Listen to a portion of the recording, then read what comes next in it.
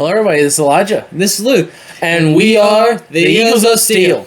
So, if you haven't checked out the last 3 weeks, yes, I said 3. Oh my goodness! Then please go watch them first. So, this week, we're talking about tight ends. What did he say? The last 3 weeks was quarterback, running back, wide receiver. You can't miss out on those. Those are like some of the best players in the NFL. You got to go check them out. Well, here's the thing. Tight ends are, like normally these days, they're underutilized. They're not underutilized, but they're also just not utilized. Some of them are not utilized to their potential. Some of them are overutilized, but they're not good. Yeah, there's a few. Oh, yeah. Yeah, we got to talk about this. And I think there's a lot of great players at tight end. There is. Honorable mention time to start it off right off the bat. I've got David Njoku of the Cleveland Browns. The reason why he's an honorable mention is just because the only way he's good in any capacity is if he has a quarterback that can actually throw. And the Browns, well... Join the club, we've got jacket. For me, I have a shocker. Taysom Hill as an honorable mention spot. He is good. It's crazy that he's considered a tight end when he's like everything. But in Madden and also in the NFL, he's considered a tight end. Yeah. That's what he's considered. But you also can play as a running back and a wide receiver as well. I can do all things. Yeah, he can do anything. Problem is, the reason why he's an honorable mention, his injury. His season-ending injury that he had. He probably would have been way better if he stayed healthy. Yeah. Problem is, the Saints don't have much health other than Olave. And Shaheed when he's healthy too. But so what's your number 10? Jonnu Smith, the Miami tight end. Okay. I know it's interesting. It's kind of a reach, but it's kind of a reach. What do you mean it's kind of a reach? Like he had one good year, and that's all I remember him for. But he's been in the league for a while because he kept swapping around teams. You got to remember that in his 5-year career. But wait! There's more! So far. But now I think he finally found something in Miami. Bad luck, I guess. My number 10 is T.J. Hawkinson of the Vikings. Now, again, if you want to talk about injury prone, this guy was out half the season last year, and it was kind of rough for the Vikings, but at the same time, they still went 14-3 at the end of the season, and he only had him for half of it, so... What took you so long, idiot? They were fine. Somehow. Yeah, Hawkinson is very elite, I'll say that now, but when he's on the field. But when he's not, it's rough. It kind of stings. Because he gets hurt a lot, and it's unfortunate. It's probably why the Lions let him go, which is why number 9 is Sam Laporta of Detroit. Now, talk about underutilized. The Lions have too much talent, so much so that Sam Laporta was not utilized as much as he could have been. He's a very good young tight end. Because everyone's so focused on Sonic and Knuckles and Amon-Ra and Jameson that, looking at Sam Laporta, they're like, Who are you? who needs to guard him? Like, it's not like they're going to throw to him at all, really. When they did throw to him, he was always wide open. But Let's not guard him. Throws right to him. Like, what? He is solid. He is great. I definitely think he's better than the other two, like, when he is going off and he actually has the chance to get the ball. But for now, he could have gone higher. But Now, for my number 9, this is another young tight end, Dalton Kincaid. The Bills tight end. Again, as you're saying, with the league QB, but they don't utilize him enough. They don't use Kincaid as much as they normally should be doing, but that's because they have a running back threat. yeah. Well, Kincaid is pretty good. Like, he's one of the very few shining lights of the Buffalo Bills, Also, outside of Allen, obviously. Also, remember this. They also had a dual threat tight end as well with Knox as well. Knox as well. Oh, yeah, which is crazy. That's why he's here, because that's usually their main tight end, and he's way better. Number 8. I know this might shock you a little bit. Kelsey is right here. Kelsey at 8. Yes, Kelsey at 8. Whoo, boy. Okay. He's out of line, but he's right. What's your reason? He's still good, yes, I get that, but his age is starting to come through as well. Yeah. You gotta keep that in mind. You gotta also keep in mind he's a legend, man. Yeah, and He's gonna be a Hall of Famer. he's gonna be a Hall of Famer, yes, but for right now, his age is getting to him. He's not getting as much as he usually does. I guess we'll see if he can prove us wrong with his last season next season. I'm just kidding. Well, Potentially last season, next season. But I think it's what's gonna happen. yeah, my number 8, Steelers fan here, Pat Freiermuth. A little bit of Slight bias, but here's the reason why. Extremely underutilized. Why can't they get this man the ball?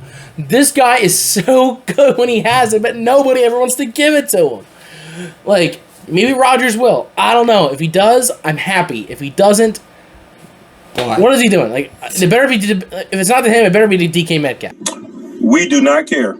Because we had too good of a talent in Pat Freiermuth for him to just the Steelers to completely waste away. Like, it's insane. Then under 7 is your guys' is Dallas Goedert. Now, it was tough. Like, I was debating between the two, but then I was like, well, Dallas Goedert actually has a team with him. So, and a quarterback that will be willing to throw him the ball. Also, Dallas Goedert has popped off some games and gone completely crazy. Even though I think he got injured in one of the games this season. Well, 2 games, I think it was. But, like, it was still not, like, when he did play, he was playing great. And that stiff arm on the Green Bay Packers guy was always a great memory. Who runs over his man, still on his feet, and he scores! Because Goddard's also my 7 as well. Okay. That's probably the only thing we'll have similar on this. Maybe. Very underutilized as well. Because everyone focused on AJ and Devontae most of the time. And Jalen running and Barkley. So it's like a Sam Laporta. Nobody focuses Goddard normally. And yes, the reason why he's down here is his injury they had. He could have been utilized way more if he didn't get injured. What's your number 6? You had him way lower than this. I had Hockenson at 6. Oh, wow. You have Hockenson above Goddard? You what? Yes, I have Hockenson above. Oh, man. All right. Well, Minnesota definitely, when they got Hockenson back, they definitely used him a lot more.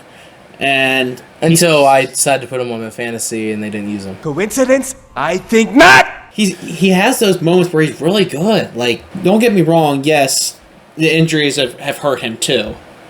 But he still has that eliteness. I think he can show it again, even though Minnesota might have that down year.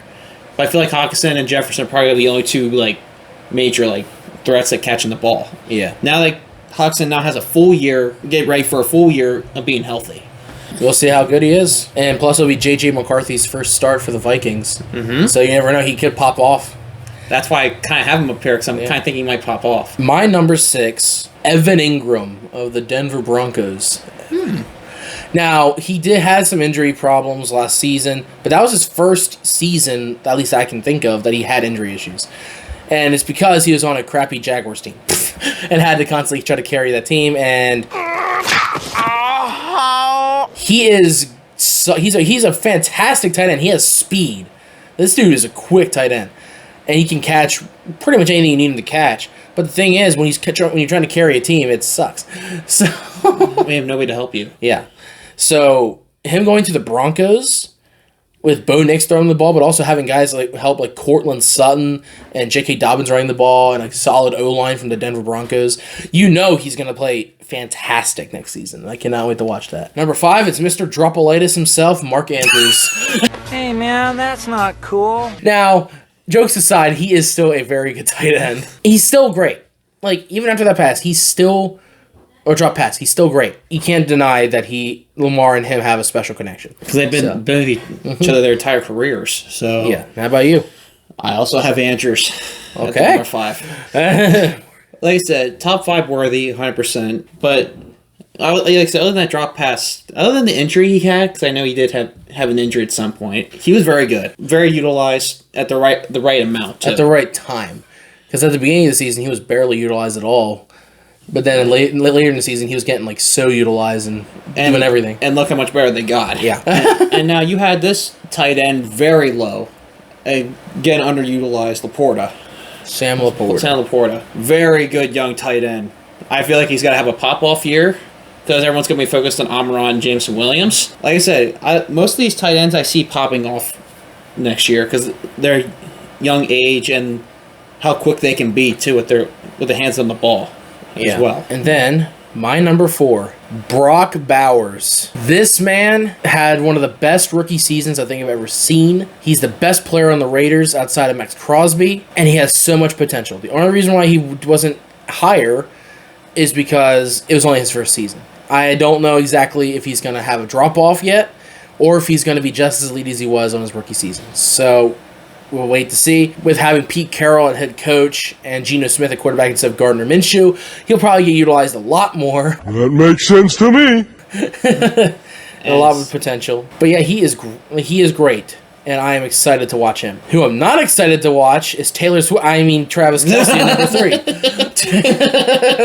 Alright, I get it! Yeah, Travis Kelce is my number 3. You can't deny that even though he is older, he's still one of the best tight ends in the league. Even though he had an off season this season, I just cannot not put him in the top 3 still.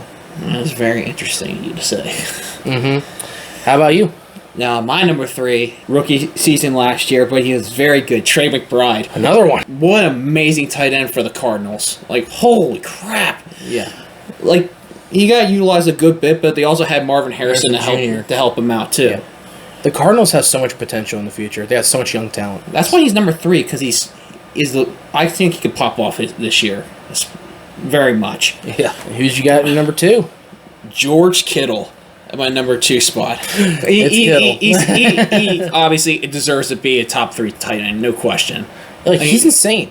Like, he's so good. You can't not put him up here. If you can't put him up here in the top 3, then who are you? Nothing. like it's the same. Like every single year he's been with the Niners, he's been amazing. Like even his rookie year as well. My number 2, Trey McBride. I had him better than Bowers, and the reason why for that is with Trey McBride, he was able to just do whatever he wanted.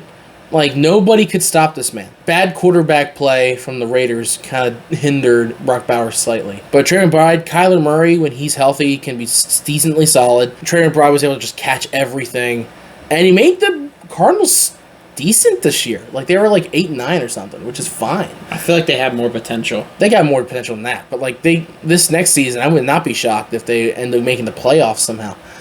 Like, they got the talent for it. And they got the great coach and Jonathan Gannon, who's been proving that he can actually coach pretty good outside of just defensive coordinating. And it's pretty exciting to see what they do. And then, of course, number 1, George Kittle.